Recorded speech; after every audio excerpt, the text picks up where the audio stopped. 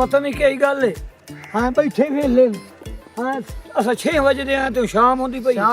पता नहीं कहंदा करें दे बैठन के कोई ना ਇਹ ਦਮੀ ਦਾ ਆਇਓ ਨਾ 5 ਵਜੇ ਦਾ ਲੈਣ ਚ ਲੱਗੂ ਆ ਇਸ ਟਾਈਮ ਤਾਈਂ ਕਿਸੇ ਦੀ ਗੱਲ ਕਾਈ ਨਹੀਂ ਸੁਣੀ ਵੇਲਾ ਬੈਠਾ ਨਾ ਸਦੇਂਦਾ ਨਾ ਬੁਲੇਂਦਾ ਨਾ ਚਲੇਂਦਾ ਉਹ ਰਜਿਸਟਰ ਚਲਾ ਕੇ ਬੈਠਾ पहले मेरा काम करना पे मेरा कर ले तोरे करे सी एक हौसला करो ਠੀਕ ਹੈ ਮੀਆਂ ਕੰਮ ਕੋ ਲੈਣ ਚੱਲ ਪਈਏ खैर तो अगू लैन लगी फिर हुन क्या करा चलो वहीं दा तां ओके किदे वने पिछ लाने खलो ओ पिछा लाने खलो ई बन्या तो देंदे नहीं चलो ये खात लिखाई ना यार गन निकल वैसा नहीं तो बन्या नहीं देना आ जा ओके मैं खात देवना बाबा खलो है ना मैं बुखड़ा बंदा धम्मी दा सखल है ते तू छूटा मन तक आ जाए ओ मैं साहब नु खात देवना है अच्छा तैन हां ਕਿਦੇ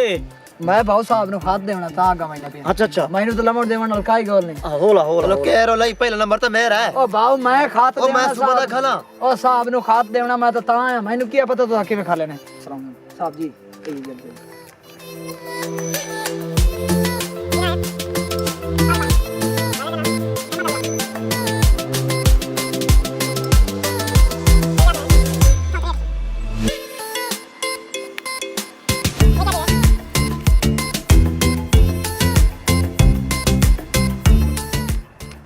बड़ी मेहरबानी जी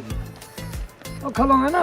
हाँ जी जौकी तो तू नहीं रह के नहीं आया ते हो के निकले वही ना चगल बनाई खला तुसा खलोते रहो मैं तो लेने आन पैसे लेके ते वहींदा पिया पैसे ला के वही पे हां ते और एदा मतलब है ओ खात दा बहाना बना गया ते तू पिछू ना टप्पड़ दे तो पिच्चू दा टाप है तू सा घर वंजर दे वो तो विचाले खलार ना वो हुन परसों ताई खलो वही था कोई गल नहीं रात ताई ਅਗਲਾ ਚੰਗਾ ਨਹੀਂ ਰਿਹਾ ਖਾਤ ਦਾ ਬਹਾਨਾ ਬਣਾ ਕੇ ਆਇਆ ਲੈ ਕੇ ਤੇ ਆਉ ਗਿਆ ਹੈ बहरे रहो भाऊ आप तो पाया वही दे खलो तेरा परसों हो गया